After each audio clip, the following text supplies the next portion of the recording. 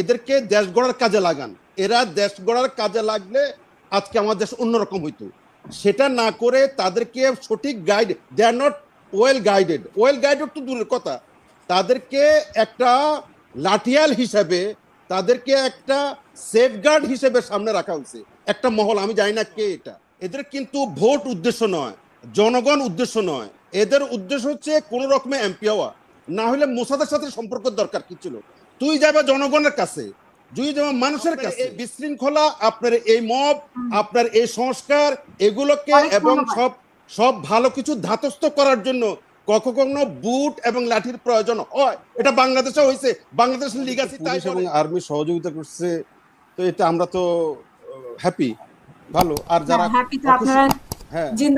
এখন জীবিত হয়ে গেছেন, হ্যাঁ, তো আমরা সহযোগিতা পাচ্ছি, যেখানে আমরা কর্নার হয়ে গেছি, তো আমরা সহযোগিতা, আমরা তো হ্যাপি।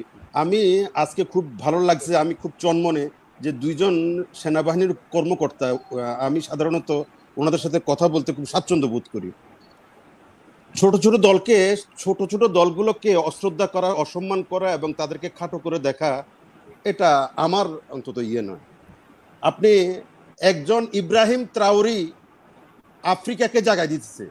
বাংলাদেশে এরকম একটা তরুণ যদি হতো, রাইট, বাংলাদেশে যদি এরকম একজন তরুণ এগিয়ে আসতো, এই মুহূর্তে একজন ইব্রাহিম ত্রাওরি প্রয়োজন, এই বিশৃঙ্খলা সৃষ্টিকারী তরুণের প্রয়োজন নেই। এটা আপনাকে ওইরকম একটা যিনি পুরা আফ্রিকাকে, শুধু বর্কিনা ফাসো নয়, শুধু পুরা আফ্রিকাকে একটা পথে নিয়ে গেছে। এটা আপনারা জানেন, আপনি জানেন, সবকিছু জানেন।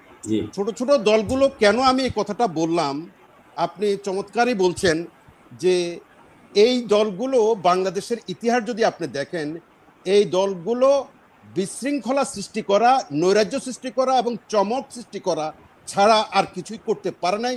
47 থেকে আপনি দেখেন, এরা কেন জাতীয় পার্টির ইয়ে চাচ্ছে না, আমি ওটা বলছি না আপা। আপনি আপনি যদি আপনার কথার এক সেন্সে আমি সব তো বুঝছি আপনি কি বলতে চাচ্ছেন, তো আমি জানি, আমি সেটার জবাবই দিচ্ছি, কিন্তু আমি খেয়ে হারিয়ে ফেলবো আপনি যদি ইয়ে করেন। প্রথম কথা হচ্ছে যে আপনি 24-এর নামে, আপনি যদি 24-এর নামে আপনি এনার্কি করেন, তাহলে 24-এর যে ম্যাগনানিমিটি সেটা তো হারিয়ে যাবে, ওটা হারিয়ে বসছে। আজকে এই বাচ্চাদেরকে স্যালুট করতো গত আগস্টে, স্যালুট। আমি নিজে অসংখ্যবার ওনার শোতে তো অসংখ্যবার আমি বলছি, ডাইরেক্ট এদেরকে দেশ গড়ার কাজে লাগান। এরা দেশ গড়ার কাজে লাগলে আজকে আমার দেশ অন্যরকম হইতো। সেটা না করে তাদেরকে সঠিক guide, they are not well guided. Well guided তো দূরের কথা, তাদেরকে একটা লাঠিয়াল হিসেবে, তাদেরকে একটা সেফগার্ড হিসেবে সামনে রাখা হয়েছে একটা মহল। আমি জানি না কে এটা।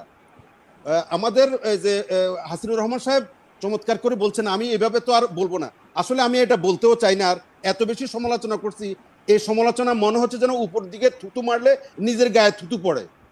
আমরাই বসাইলাম, এত দোয়া করলাম, এত দাওয়া দিলাম, এত মসজিদে এত দোয়া করলাম এদের জন্য, এখন বলছে এদের আমরা মানে অমঙ্গল চাইবো। এটা ওই উপর দিকে থুতু মারলে নিজের গায়ে থুতু মারার মতো অবস্থা হচ্ছে। হাসিনুর ভাই চমৎকার বলছিলেন যে নূর ওখানে গেল কেন বলেন তো, মানে সবসময় সবকিছু করা যায়, স্থান কাল পাত্র। ওইখানে ওরা মিছিল নিয়ে যাচ্ছিল, উনি জেনে বলছে আপা, আপনি একটু উনি জেনে বলছে এবং শুনেই বলছে। আপনি ওখানে গেলে কেন, তার দুইটা মোটিভ হইতে পারে। একটা হচ্ছে গিয়ে একটা ইল ডিজাইন, যে একটা আলোচনায় আসা। কারণ এই দলগুলো, এই ছোটখাটো দলগুলো, এরা সবসময় আলোচনায় টেবিলে থাকতে চায়, এরা সবসময় ফেসবুকে থাকতে চায়, এরা সবসময় নেটে ঘুরপাক করতে চায়। এদের কিন্তু টেকনাফ তেঁতুলিয়া উদ্দেশ্য নয়, এদের কিন্তু ভোট উদ্দেশ্য নয়, জনগণ উদ্দেশ্য নয়। এদের উদ্দেশ্য হচ্ছে কোন রকমে এমপি হওয়া।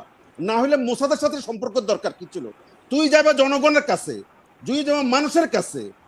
এটা না করে তারা কি করছে, তারা একটা রাজনৈতিক দলের এই যে কালচারটা তৈরি হচ্ছে, এই যে মব কালচারের নামে কি তৈরি হচ্ছে, রাজনৈতিক দলের আপনার কি বলে এটাকে, শেষ করে দিচ্ছি, রাজনৈতিক দলের অফিস, এই যে প্রেসিডেন্ট তৈরি হচ্ছে, আপনি জানেন এটা মারাত্মক কি পরিণতি হবে ভবিষ্যতে। আপনি এদের না, আমাকে একটু ইয়ে দিয়েন এরা এরা দল গঠন করছে। আপনি যত আমি এর আগেও বলছি, এই কথাটা এখন আর বলতে চাচ্ছি না। হাসিনুর রহমান সাহেব, আপনি যে কথাটা বলছিলেন, আমি আপনার সাথে সুর মিলিয়ে বলতে চাচ্ছি, দায়িত্ব জ্ঞানের পরিচয় দিতে হবে। এখন দায়িত্ব জ্ঞানের পরিচয় কে দিবে? আপনার রাজনৈতিক অভিজ্ঞতা, এগুলো দায়িত্ব জ্ঞানের একটা অংশ। আমার ভাইকে জিজ্ঞেস করতে ইচ্ছে করে যে বাংলাদেশে স্বাধীনতা অর্জন করার জন্য লাঠি বুট এবং লাঠির প্রয়োজন হয়েছে। বাংলাদেশের স্বাধীনতাকে সংহত করার জন্য 75-এর পরে সিপাহী বিপ্লবের দরকার হয়েছে। বাংলাদেশের গণতন্ত্রকে সঠিক লাইনে আনার জন্য রেল লাইন থেকে পড়ে গেছিল, এটাকে রেল লাইনের উপর আনার জন্য বুট এবং লাঠির দরকার হয়েছে। এটা বাস্তবতা এই দেশের। এবং 24-এর গণ অভ্যুত্থান, না শেষ করে, 24-এর গণ অভ্যুত্থান এটার দিনের আলো দেখার জন্য বুট এবং লাঠির প্রয়োজন হয়েছে। এই বাস্তবতাটা ভুলে যায়। সুতরাং আমরা যার যে অবদান যতটুকু, ফাইনাল টাচ আপনি সেনাবাহিনী, আমাদের এই 24-এর আন্দোলন অভ্যুত্থানের জন্য সেনাবাহিনী, আমি তো মনে করব কোনো অংশে তাদের অবদান কম নয়। আপনি তাদেরকে কিভাবে আপনি আন্ডারমাইন করবেন? তাদের না এটা মৌলিক বিষয়।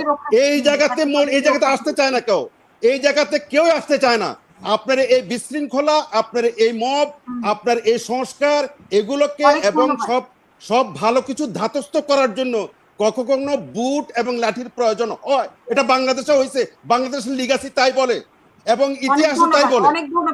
সব সময় এটা হয় না। সুতরাং শেষ হচ্ছে আপনার সব সময় মব, যেটা ভাই বলছিলেন, হাসিনুর রহমানও বলছিলেন যে মব সব সময় ভালো নয়, আবার সব সময় খারাপও নয়। আপনি কতটুকু অ্যালাউ করবেন, এটাই বিষয়। এখন আপনি ধন্যবাদ।